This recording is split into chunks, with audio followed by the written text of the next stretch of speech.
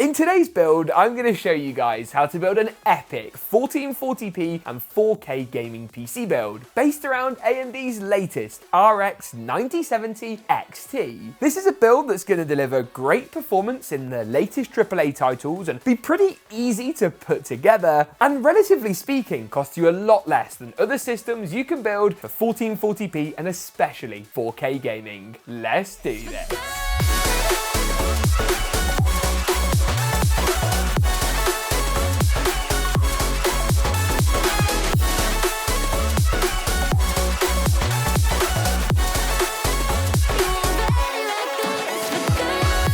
If you've watched one of my PC build videos before, you know I always start by talking about the CPU and GPU combo. And guess what? Today's video is no different. Now let's start with the GPU, shall we? The RX 9070 XT. Now this card is a bit of a revelation. For an MSRP of around about $599, you'll pay a little more for a slightly higher end cooler like this ASUS TUF design. You get great performance across the board. The 9070 XT trades blows with the RTX 5070 Ti, a GPU which at its base MSRP is around $150 more expensive. Now this particular model in today's build is actually from ASUS and it's their TUF card. And I have to say, first impressions of the packaging and branding, it feels a little bit different. One immediate observation I do have is it's quite a large card. It's 2 slots at the rear, but it's really a triple slot design in terms of the space you'll need. And like lots of the XT versions, we have got 3 6+2 pin GPU power harnesses. This card obviously has a metal backplate with the TUF branding that we know and love. The front shroud is plastic, but you get 3 large fans on here as well, with nice little silver accents on each corner. I'll be looking, of course, at the performance of this GPU and CPU combo a bit later. Talking of which, this is the AMD Ryzen 5 9600X. Now, in terms of Ryzen 9000, we've done some testing, and while the 9800X 3D is certainly a very impressive CPU, for the 9070 XT, it's just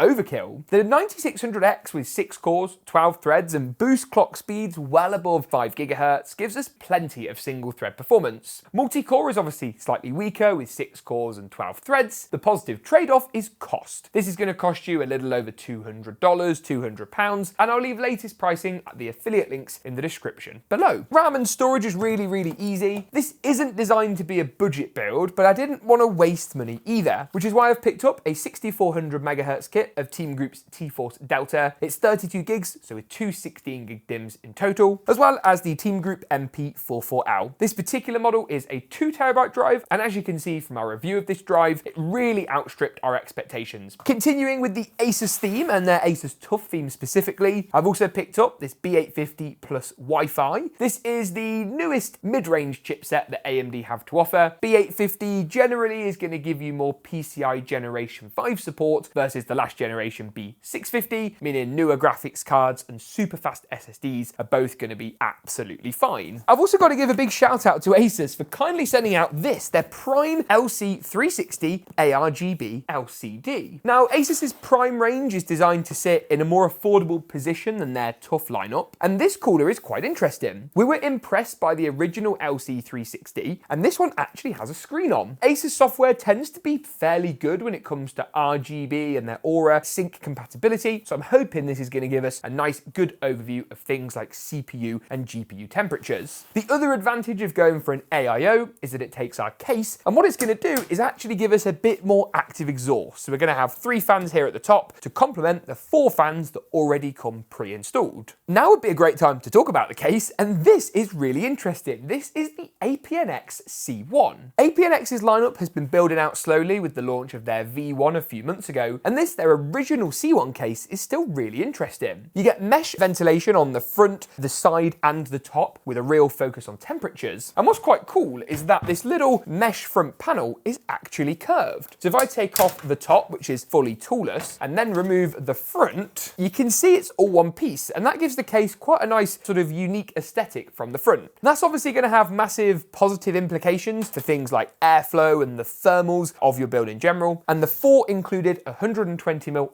ARGB fans are a really nice addition. What's more, you're also getting all of this for or under £100 or dollars, which puts it against cases like the Corsair Frame 4000D. And as far as build quality goes, I actually would say this is a little better. So it's a really, really solid choice for the system today. I think that's pretty much everything. I haven't touched on the PSU yet, but we're going to do that at the end anyway, so I'll save that for a little bit later. I'm going to start things off with the CPU, so push the arm down and out, lift up the socket cover on our AM5 socket, and then drop the Ryzen 9600X in place. Just be careful of the pins on the CPU socket and make sure this golden triangle aligns with the triangle on the socket at the top left. Return the arm back down. The black plastic cover will pop off, but keep this safe if you ever return or sell the motherboard for whatever reason. RAM DIMMs are going to be next up, and for this I'll be using these grey DIMMs. So pull back the clips on the top of each of the DIMMs, slide the RAM DIMMs into place with the TeamGroup branding facing outwards, click the RAM in with a bit of pressure on both sides, and just repeat for as many DIMMs as you've got. I'm then going to round off the motherboard assembly by installing the MP44L NVMe drive. And this is just a simple case of unscrewing each of the screws on the top M.2 heatsink before sliding the drive into place, a little something like this. You can see it's fully toolless, so just push that back over. That will hold the drive down, and then the M.2 heatsink will return nice and easily into place. Before installing the motherboard assembly into the case, I am just going to take a quick look at the cooler. First, because I'm actually quite excited to check this thing out, but also because, perhaps more importantly,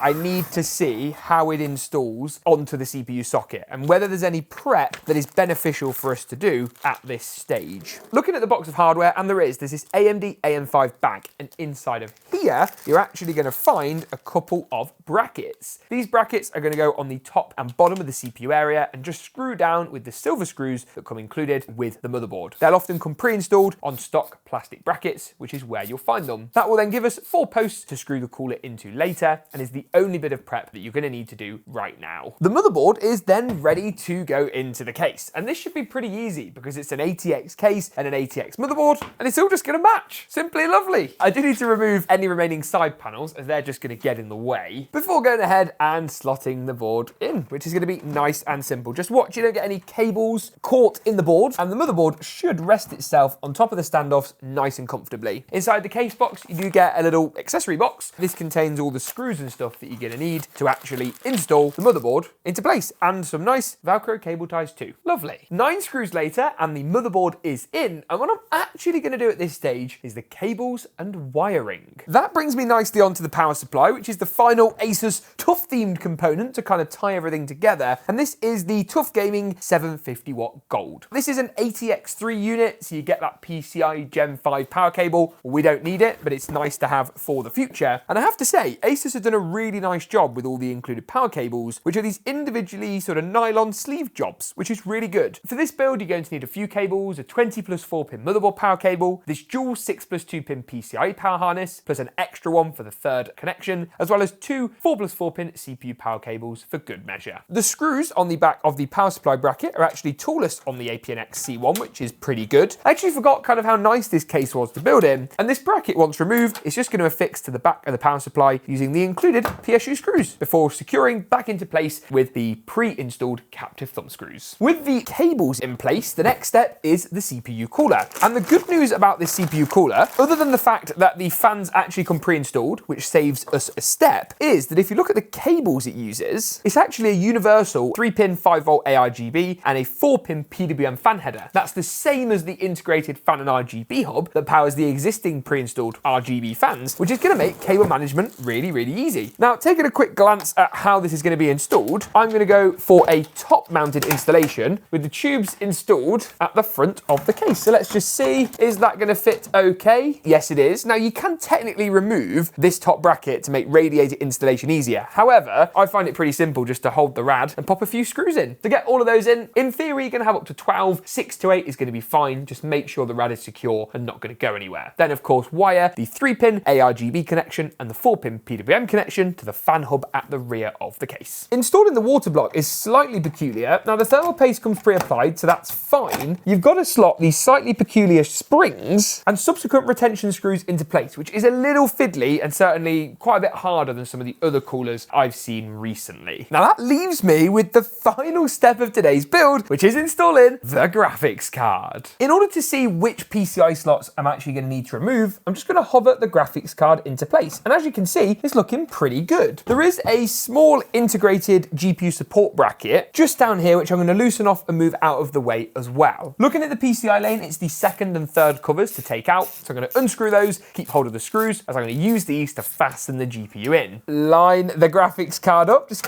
get that in the slot.